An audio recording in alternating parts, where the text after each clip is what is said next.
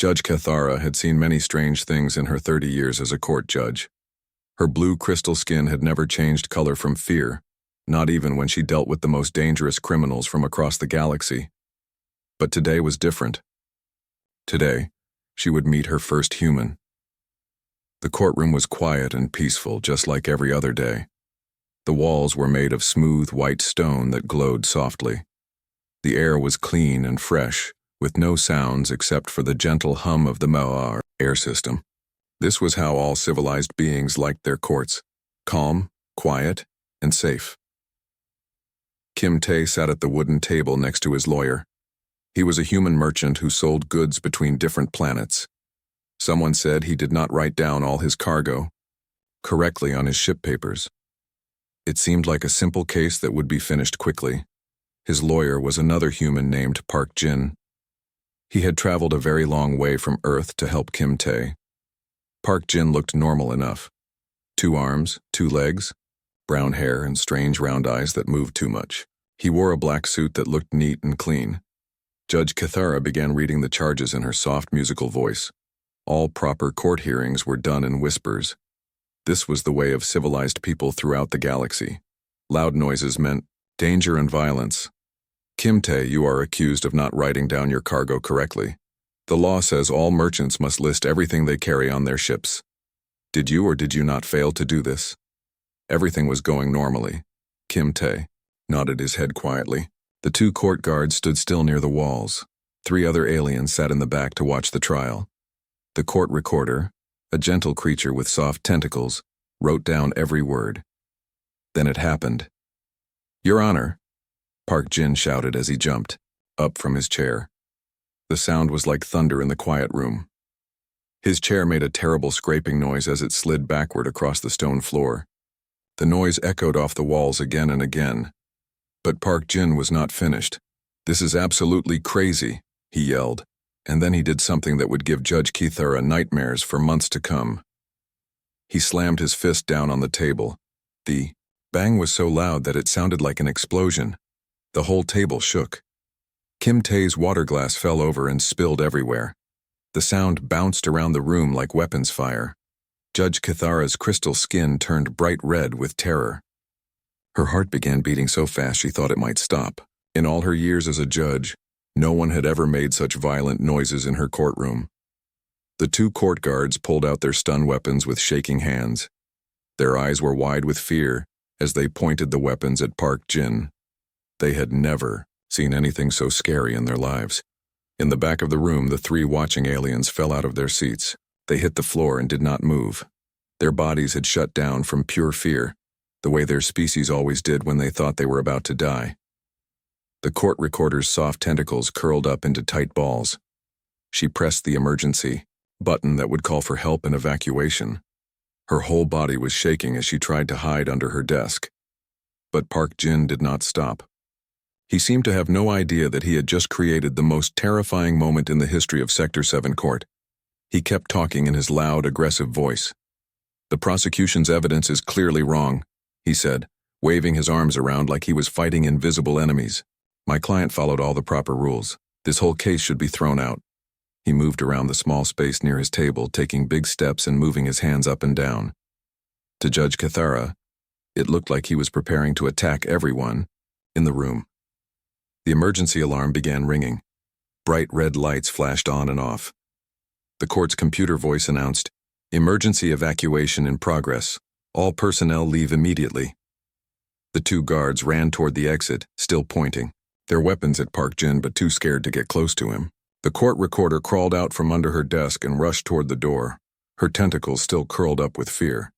Judge Cathara tried to stand up, but her legs would not work. She gripped the arms of her judge's chair and stared at Park Jin in complete terror. How could any living being make so much noise and move so violently? What kind of monster was this human? Within 2 minutes, the entire courtroom was empty except for Park Jin and Kim Tae. Park Jin was still talking about laws and evidence, completely unaware that he had just caused the first court evacuation in Sector 7's history. Kim Tae looked around at the empty room and sighed. Jin, I think you scared them again. Park Jin stopped talking and looked around. Scared them? But I was just making my opening statement. This was the day that changed everything for courts across the galaxy. This was the day they learned that humans were too dangerous to be allowed in normal courtrooms without special protection. 3 days after the Sector 7 disaster, the most important judges in the galaxy gathered on Harmony Prime space station. They came from 12 different worlds, and they were all very scared.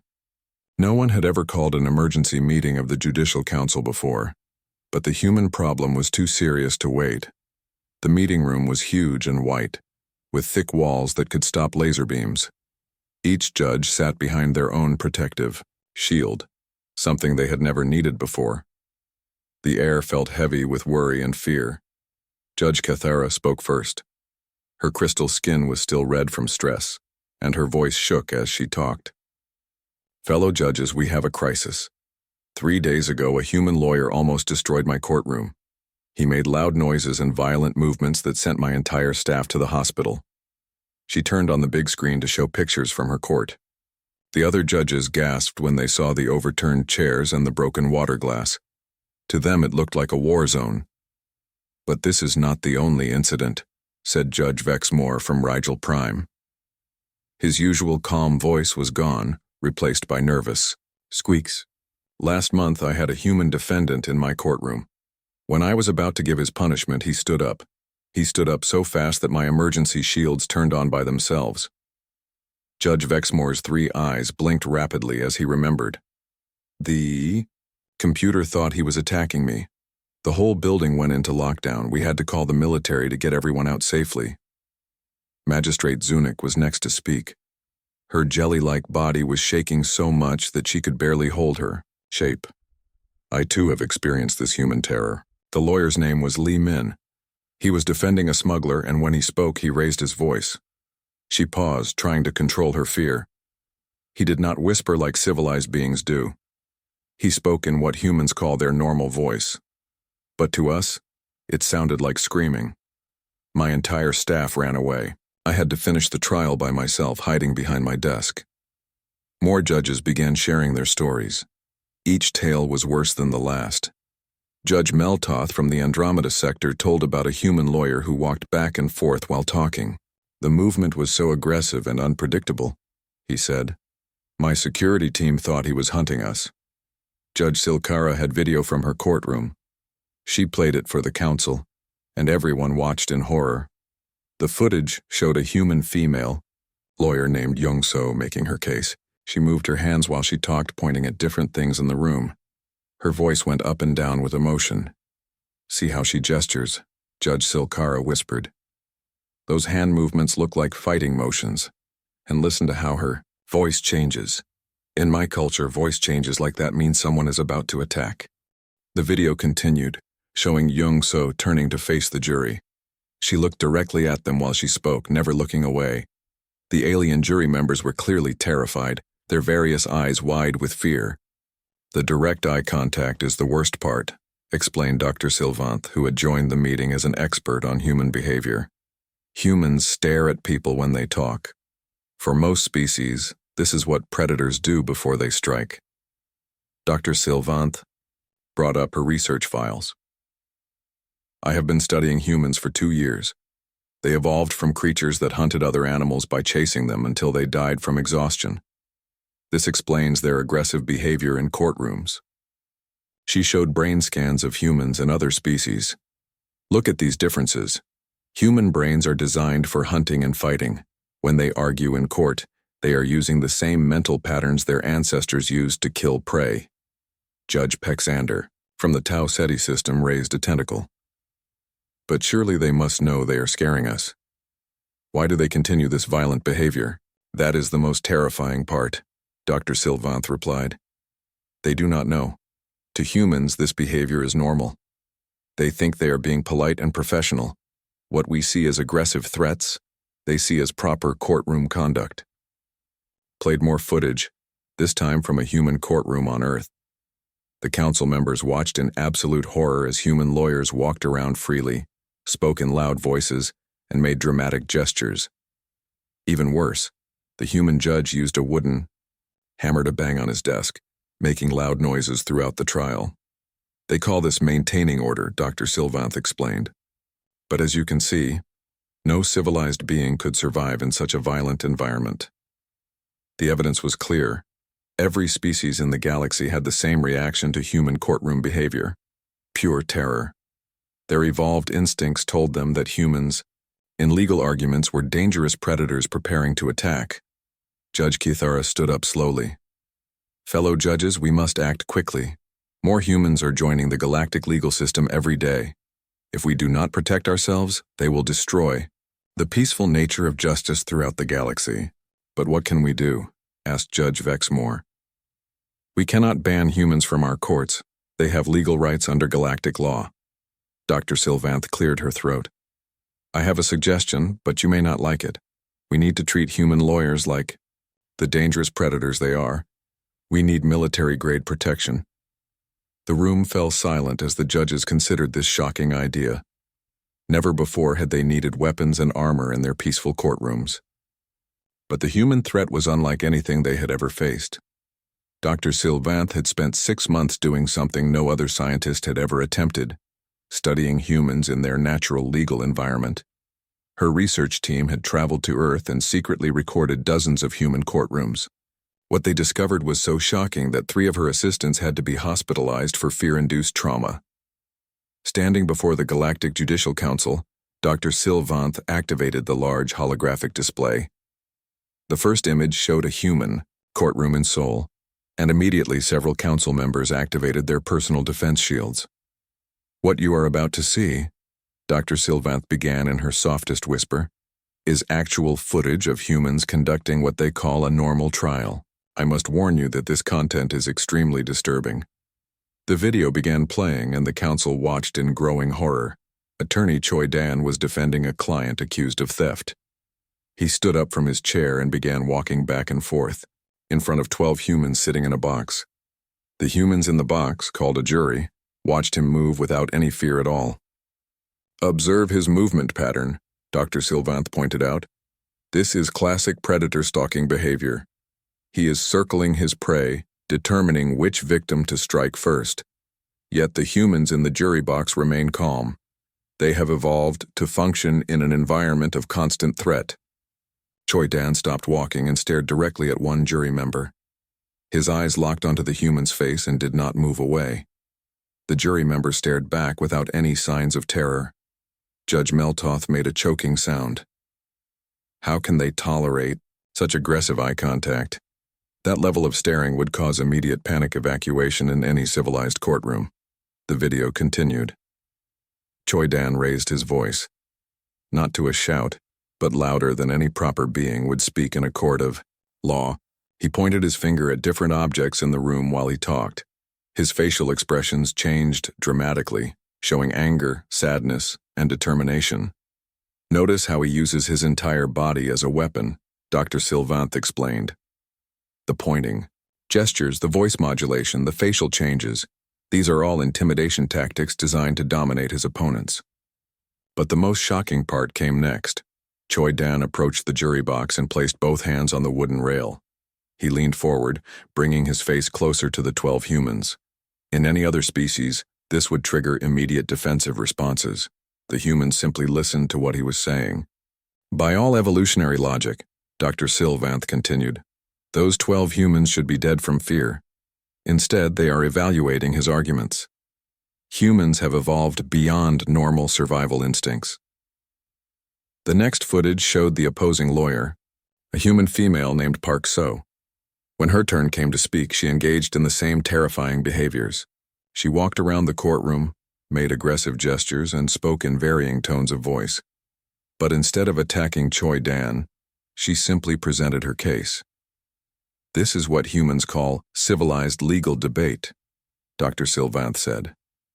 2. Persistence. Predators engaged in intellectual combat, while a third predator, the judge, determines the winner. The video switched to show the human judge. He was an older male who sat behind a tall wooden desk. Throughout the trial, he used a wooden hammer to bang on a sound block, creating sharp noises that would send any rational species into hiding. The humans in the courtroom did not even flinch. The hammer strikes serve as territorial dominance displays, Dr. Sylvanth explained. Each bang reinforces the judge's authority as the alpha predator in the room. Judge Pexander's tentacles were curled tightly with stress. But surely some humans must show fear during these proceedings. Dr. Sylvanth switched to new footage. This is where it gets truly disturbing. Observe this human witness giving testimony. The video showed a young human female answering questions. As the lawyers asked her about a crime she had witnessed, tears began running down her face. She spoke in a shaking voice and appeared to be in emotional distress. Now watch what happens when the defense lawyer begins his cross-examination, Dr. Sylvanth said. Attorney Lee Jun approached the crying witness and began asking her difficult questions. His voice was firm, and his questions were direct.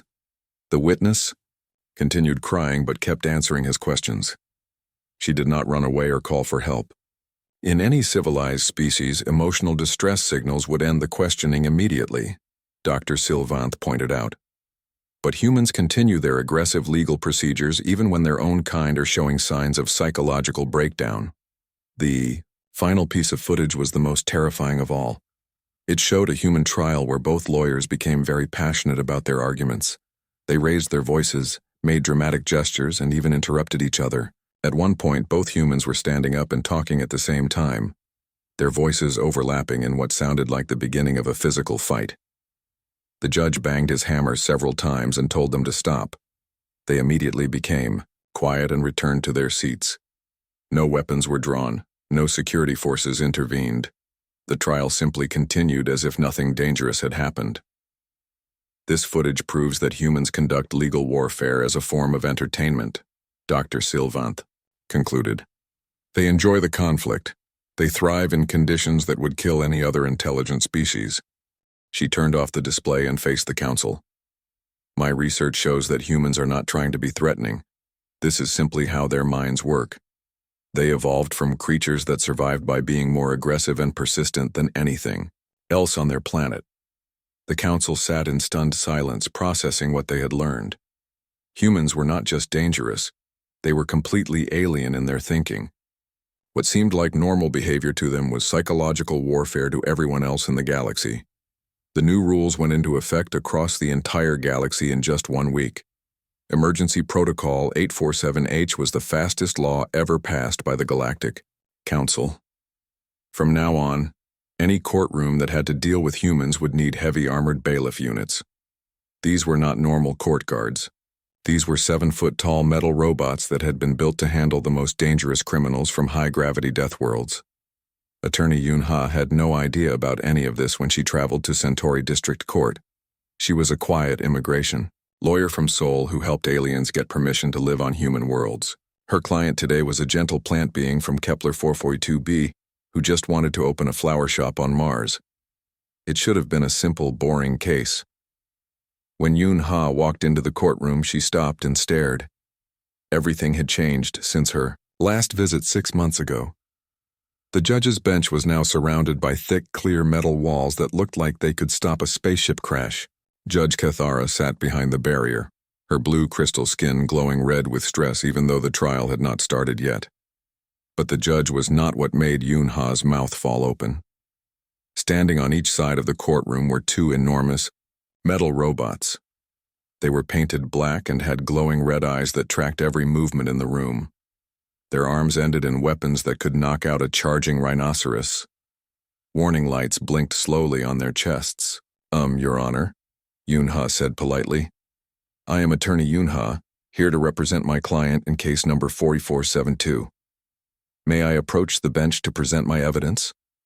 The moment she took 1 step forward, chaos erupted.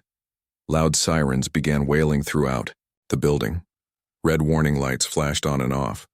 Heavy metal barriers dropped from the ceiling, sealing all the exits. The 2 robot bailiffs turned their glowing eyes toward Yoon Ha and raised their weapon arms. Human subject has initiated aggressive movement, announced the first robot in a voice like thunder. Threat level elevated to orange. Deploying containment protocols, added the second robot. All personnel maintain safe distance. Yoon Ha froze in place, 1 foot still raised from her step forward. She had never been so confused in her entire life. "I just wanted to show you my papers," she said quietly. "Human subject continues vocalization," the first robot reported. "Monitoring for escalation patterns." Judge Kathara's voice came through, a speaker in the protective wall. She sounded like she was trying very hard not to panic. "Attorney Yunha, please remain seated at the defendant's table for the duration of this hearing. Any sudden movements will trigger additional security measures." Yunha slowly walked backward to her chair, keeping her hands visible and moving, as smoothly as possible. The robot bailiffs followed her with their glowing eyes, their targeting systems tracking every small motion she made. The trial began with Yunha sitting perfectly still in her chair. She spoke only when Judge Kathara asked her direct questions, and she kept her voice as soft as possible. Even breathing too loudly seemed to make the robots more alert. "Your Honor," Yunha whispered, "my client simply wants to grow flowers on Mars. He has no criminal record and poses no threat to human society." The prosecutor was a nervous Andromedan who kept glancing at Yunha like she might explode at any moment. His prepared speech about immigration violations came out as scared mumbling. He clearly wanted to finish his part as quickly as possible and get away from the dangerous human. When it came time for Yunha to present her closing argument, she remained seated and spoke in the softest voice she could manage. "My client loves flowers and wants to share that love with human colonists on Mars. He has saved money for 5 years to buy a small shop. Please give him this chance." She did not stand up. She did not gesture with her hands. She did not raise her voice or show any emotion. She just sat in her chair and spoke like she was telling a bedtime story to a frightened child. The jury of mixed alien species made their decision in less than 5 minutes. They found in favor of Yunha's client, granting him permission to open his flower shop. But Yunha suspected they voted quickly because they wanted to get out of the same room as a human as fast as possible. After the trial ended, Judge Kathara made an announcement through her speaker system. "This court is now adjourned. All non-human personnel may exit first. The human attorney will remain seated until the courtroom is clear." Yunha sat alone in the empty courtroom for another 10 minutes while the robot bailiffs watched her. Finally, one of them spoke. "Human subject may now depart. Maintain slow, deliberate movements until outside building perimeter." As she walked slowly toward the exit, Yunha realized something strange. Despite all the fear and protective measures, she had won her case easily. The opposing lawyer had been too scared to present strong arguments. The jury had been too nervous to ask difficult questions. The judge had wanted to finish the trial as quickly as possible. Later that day, Judge Kathara filed her official report. The heavy armored bailiff protocol successfully contained the human threat. Recommend maintaining current security measures for all future human legal proceedings. Note, human attorney was surprisingly effective despite containment restrictions.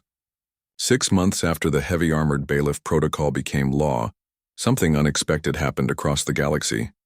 Crime rates in systems where humans practiced law dropped by 78%. The Department of Criminal Statistics could not believe their numbers at first, so they checked them 3 times. The reason was simple but shocking.